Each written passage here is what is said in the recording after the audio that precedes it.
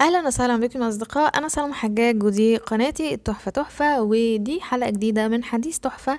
هنتكلم فيها عن موضوع مهم جدا، وهو ازاي نبدا على انستجرام من الصفر، وايه الاستراتيجيات او ايه الخطوات اللي نعملها عشان نبدا نعمل محتوى على الانستجرام، والمحتوى دوت يتابعنا بسببه جمهور، والجمهور دوت والمتابعين دول نقدر مثلا احنا نقدم لهم خدمات او نسوق لنفسنا وللخدمات اللي بنقدمها ليهم، وفي النهاية نكسب من وراء المحتوى اللي احنا بنقدمه دوت فلوس. بس قبل ما نبتدي فيديو النهاردة ما تنسوش تشاركوني في التعليقات انتوا بتسمعونا من اي بلد والساعة عندكم دلوقتي كام، لاني بستمتع جدا وانا بقرا التعليقات بتاعتكم. وشغلوا بقى الحلقة بتاعت حديث تحفة ديت وانتوا بتعملوا اي نشاط كده روتيني وحابين تستمتعوا وانتوا بتعملوه. ويلا بينا نبتدي في حديث النهاردة. اول خطوة عشان نعمل اكونت على انستجرام ويبقى لينا حضور ووجود في انستجرام هي اننا نختار نيش او مجال تخصص معين، ده اذا كنا اساسا لسه مختارناهوش. يعني في ناس اساسا من البدايه بتكون عايزه تعمل محتوى على الانستجرام لكن بيكونوا محتارين في المجال اللي يتخصصوا فيه، او اساسا بيكونوا مش مدركين لاهميه النقطه ديت، وهي نقطه التخصص، ان احنا لازم نختار مجال معين نتكلم فيه. ممكن نتكلم مثلا عن الزراعه، ممكن نتكلم عن هوايه معينه مثلا زي الكروشيه، حد مثلا بيرسم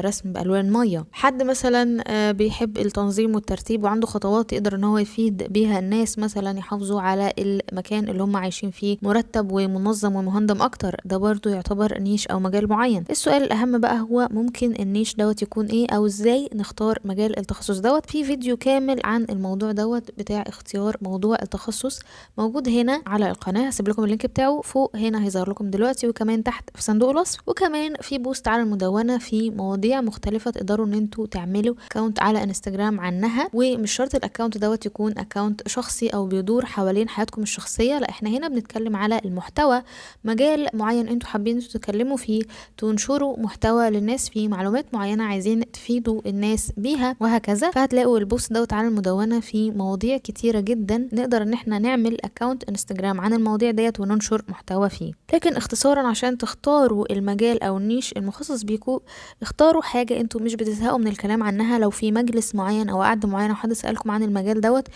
دوت انتوا ممكن تفتحوا في الكلام لدرجة يعني تسترسلوا وتقولوا كلام كتير وما تزهقوش من الحديث عنه. او افتحوا اكونت على انستجرام او انشروا محتوى عن مجال بتحبوا تقروا فيه او تعرفوا عنه اكتر او تتفرجوا على فيديوهات عنه، او يكون المجال اللي هننشر فيه محتوى على انستجرام هو مجال الخبرة بتاعتنا او الدراسة بتاعتنا. في ناس بسبب دراستها او بسبب الشغل بتاعها بيبقى عندهم اساسا خبرة في مجال معين وعندهم كم رهيب من المعلومات المفيدة في المجال دوت، فبكل سهولة ده المجال المناسب ليكم. تقدروا ان انتوا تفتحوا اكونت على انستجرام وتنشروا محتوى فيه عن المجال دوت، وتنشروا بقى المعلومات القيمة اللي عندكم. تاني خطوة هنعملها بعد ما نختار اساسا المحتوى بتاعنا هيكون عن ايه، وهو ان احنا ننسق البايو برضو كذلك في فيديو هنا على القناة مخصوص عن البايو بالتفصيل، وايه الحاجات اللي نكتبها وايه الحاجات اللي مكتبهاش في البايو. لكن بكل بساطة البايو اول حاجة بنكتب فيها جملة كده تكون جذابة واتراكتيف عن المجال بتاعنا، وبعد كده لو حابين ان احنا نكتب مثلا خريجين كذا او متخصصين في كذا او وصف اكتر لينا، لو احنا بنبيع منتج معين او عايزين الناس تتواصل معانا بطريقه معينه او بنقدم خدمه معينه بنكتب معلومات التواصل ديت، زي مثلا ان تواصلوا معانا مثلا عبر رقم الواتساب كذا، او الاستفسارات تواصلوا معانا عبر الرسائل او الدي امز وهكذا. وفي النهايه بنقدر نحط في البايو لينك، واللينك دوت نقدر ان احنا نحط لينك واحد فقط على انستجرام، وعشان متاح فقط لينك واحد على انستجرام فنقدر بقى ان احنا نستخدم الادوات ديت مثلا زي لينك تري او لينكن بايو. والادوات دي كلها برضو مذكوره في البوست دوت على المدونه بالتفصيل، ازاي ننسق بايو احترافي لينا، وازاي اللينك اللي في البايو دوت يكون لينك احترافي، بحيث ان الاداه ديت بتدينا لينك واحد، لكن لما الشخص يضغط على اللينك دوت بيفتح له كل الروابط المهمه وكل الحاجات المهمه عندنا بتكون متجمعه في مكان واحد. ثالث خطوه بقى عشان ننجح في صناعه المحتوى على انستجرام هي اننا نعمل خطة أو استراتيجية للمحتوى. والاستراتيجية للمحتوى على الانستجرام ديت بتنقسم لحاجتين: الفيد أو المحتوى اللي بينزل على انستجرام نفسه، المحتوى اللي احنا بننشره وبيظهر في الهوم بيج للناس أو الصفحة الرئيسية للناس على انستجرام. وتاني حاجة هي الستوري. بالنسبة للفيد أو المحتوى الثابت اللي احنا بننشره، فمحتاجين ان احنا نكتر من الريلز، أو ان أغلبية المحتوى اللي احنا ننشرها تكون عبارة عن ريلز، إلى جانب الريلز ننشر كاروسيل بوست. مثلا ممكن حد يقول لي أنا حابب ان انا انشر كوت او حابب ان انا انشر حكمة، فانا انصحه بشدة ان الحكمة ديت نحولها على صورة، والصورة ديت مثلا تكون خلفيتها متحركة او حتى خلفيتها ثابتة، وننشر برضو الحكمة الثابتة ديت كريل بدل ما ننزلها او ننشرها في شكل بوست ثابت. وبالنسبة للكاروسل بوست، فالكاروسل بوست حتى الان مفيد في انستجرام، لان الناس بتحب قوي الكاروسل بوست لان هي بيكون دايما فيها معلومات قيمة، والكاروسل بوست ديت ثابتة قدام عينينا نقدر ان احنا نقراها على مهلنا، على عكس مثلا الريلز بتكون قصيرة وبتخلص بسرعة، ممكن ما نلحقش نقرا كل المعلومات اللي فيها. كذلك الكاروسل بوست مفيدة عشان الناس من كتر المعلومات القيمة اللي فيها بيعملوا لها سيف وبيعملوا لها شير، ودوت بيعرف الخوارزميات بتاعت انستجرام ان المحتوى دوت مفيد والمحتوى دوت عليه اقبال، فيبدأ انستجرام يعمل زي بوش او بيعمل دفعة ويزود الريتش او الوصول للبوست او المحتوى دوت. تاني حاجة مهمة في المحتوى او الخطة بتاعت المحتوى او الاستراتيجي بتاعت المحتوى بتاعنا هي الستوري. الستوري في فيديو كامل عنها هنا عن القناة، ازاي نستفيد من الستوري بتاعت انستجرام، ازاي الستوري بتاعت انستجرام دي تبقى زي كده الجسر اللي بيوصل ما بيننا وما بين العملاء والمتابعين بتوعنا. لكن بكل بساطة برضو الستوري اهم حاجة ان احنا ننشر على الاقل 6 ستوري كل يوم. الستوري ديت ممكن تكون ستوري تفاعلية نحط فيها ستيكرز مثلا زي الستيكر بتاع الاستطلاع او البول او الستيكر بتاع الاسئلة او الستيكر اللي هو بتاع الايموجي اللي كان حديثا دوت انتشر مؤخرا او ظهر مؤخرا على انستجرام. الستوري ديت ممكن تكون ستوري مفيدة او ستوري فيها معلومات، ننشر فيها معلومات مفيدة للجمهور بتاعنا وحاجات من واقع خبرتنا. وكمان الستوري بتاعت خلف الكواليس ديت ناس كتيرة بتحبها لان احنا دايما بنشوف الحاجة اللي هي المنتج النهائي، وبيكون عندنا فضول ان احنا نعرف خلف الكواليس بيحصل ايه المنتج دوت او الحاجة اللي طلعت ديت قبل ما تطلع للنور كان في ايه بيحصل خلف الكواليس. فعشان كده اهم حاجة ان احنا نيجي في بداية كل اسبوع نشوف ايه المحتوى اللي احنا هننشره خلال الاسبوع دوت، سواء كان المحتوى دوت اللي هو الفيد كونتنت او المحتوى اللي هينزل على انستجرام بشكل ثابت وهيفضل ثابت على الاكونت بتاعنا، نكتب الافكار بتاعتنا ونبدا نجهز المحتوى دوت.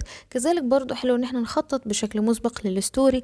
انا مثلا عندي حبة نقاط ممكن اناقشها في الستوري، نحط كده بعض الافكار الاحتياطي لو انا في يوم مش لاقي اي ستوري انزلها، طب ممكن انشر معلومات عن ايه، او انا ممكن اتكلم عن كذا وعن كذا، استفيد من المحتوى القديم مثلا اللي انا كنت نشره وارجع اعمل له ريشير تاني في ستوري وهكذا. واهم نقطة بالنسبة للاستراتيجية بتاعت المحتوى ان المحتوى بتاعنا نكون بننشره بشكل مستمر وبشكل منتظم بدون انقطاع.